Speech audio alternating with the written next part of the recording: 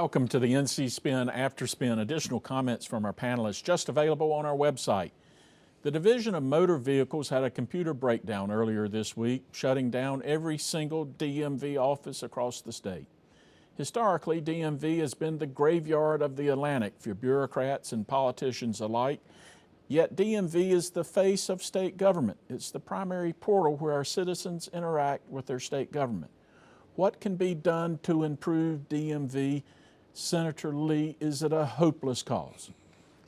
I hope not. Of course, when I first arrived in the Senate in 1990, my good friend Mark Bassnight assigned me as chairman of the Transportation Committee, and of course DMV was a part of that.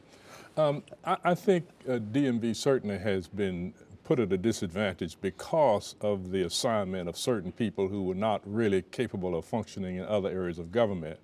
But I've been impressed lately that there is some progress being made. I was impressed that I needed to renew my license a few months ago and went online and was able to get my license renewed without going to a DMV office.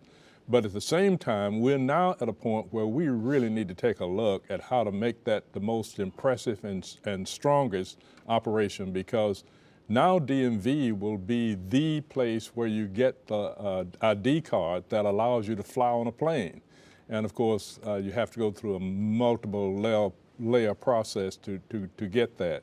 But I think we've got to be committed to making DMV as strong and as qualified to be the lead agency as we need to be. I didn't achieve that, but I'm confident that in the future there will be improvements there. Mr. Speaker, how do you improve the DMV?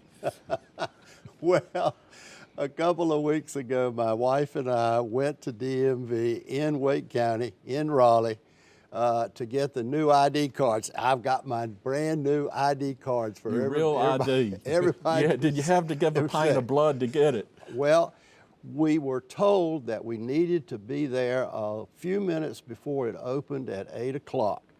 Well, we did get there about 7:45 with a chair and a book, and there were like 50 people in front of us.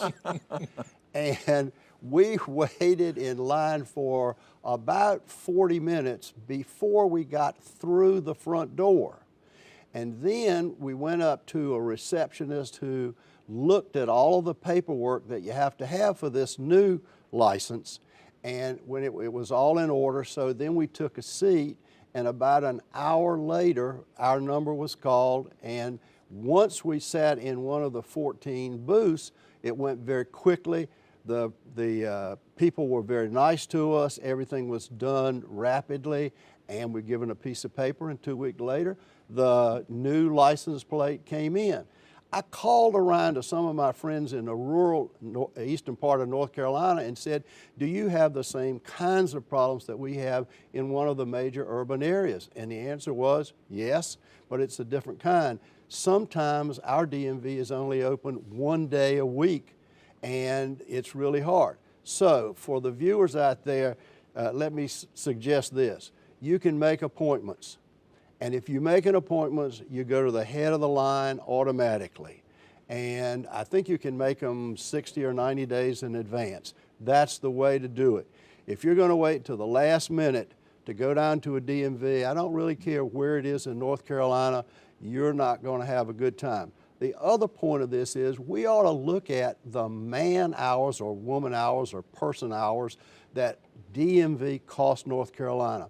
I figured out that just while Laura and I were at the office in Raleigh, the total lost production was 1 full week of work for the people who are waiting in line at DMV. That's really not acceptable. That really is interesting too. I'd never thought about it in that perspective. Joe, thank you. Thanks for watching the After Spin. More video all during the week on ncspin.com.